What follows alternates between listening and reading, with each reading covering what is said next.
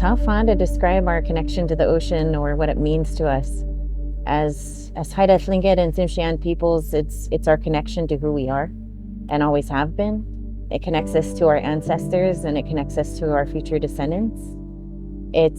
It provides everything we need. Knowing that I'm stepping foot into the same body of water that our ancestors have touched for the last 10,000 years is a pretty powerful statement. So for me, it's a connection to everything that we are, everything that we have been, and everything that we're going to be.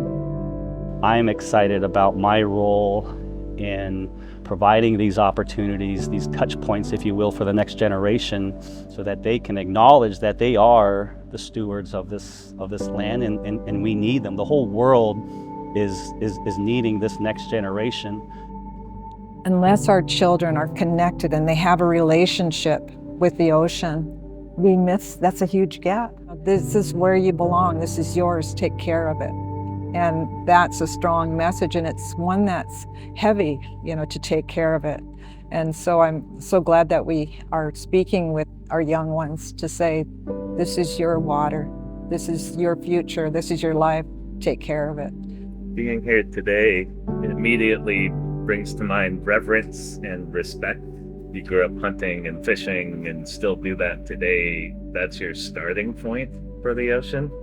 You have to listen to it, build an understanding and the trust. One of the most powerful things that Nainoa has put forward is the inspiration to create better decision making. Just that thought of how a navigator makes 500 decisions a day, and you walk around in your own life. In Nainoa's words, if we all make 2 or 3 better decisions a day, it collectively adds up to a better world.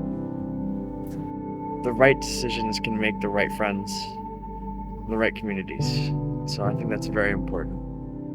I really look forward to learning and knowing that the problems that everyone who lives on this earth is faced with are going to take solutions that come from many different places and perspectives.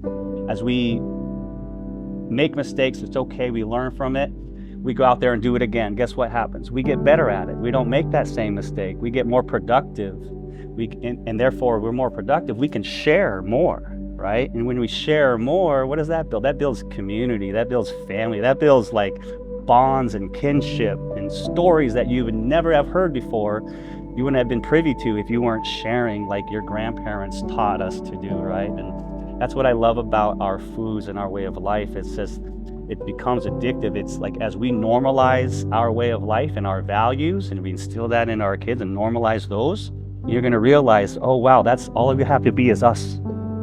All we have to be is us. Authentic, Tlingit, Alaska Native people, indigenous peoples of the Pacific. And I think that's a very powerful message for the future. It gives us the confidence. We know we have the blueprint, but it's about communicating that to have that next generation of stewards acknowledge that they are good enough. They are, they are special. You are blessed. That's well said, that the core of leadership is that kind of humility. And I think that's what our Polynesian brothers and sisters are bringing to us, that very humility. Based on that question our children ask, it's a very honorable question. Who am I? Who am I? And you have a lifetime to learn that. And who better to teach you than the ocean?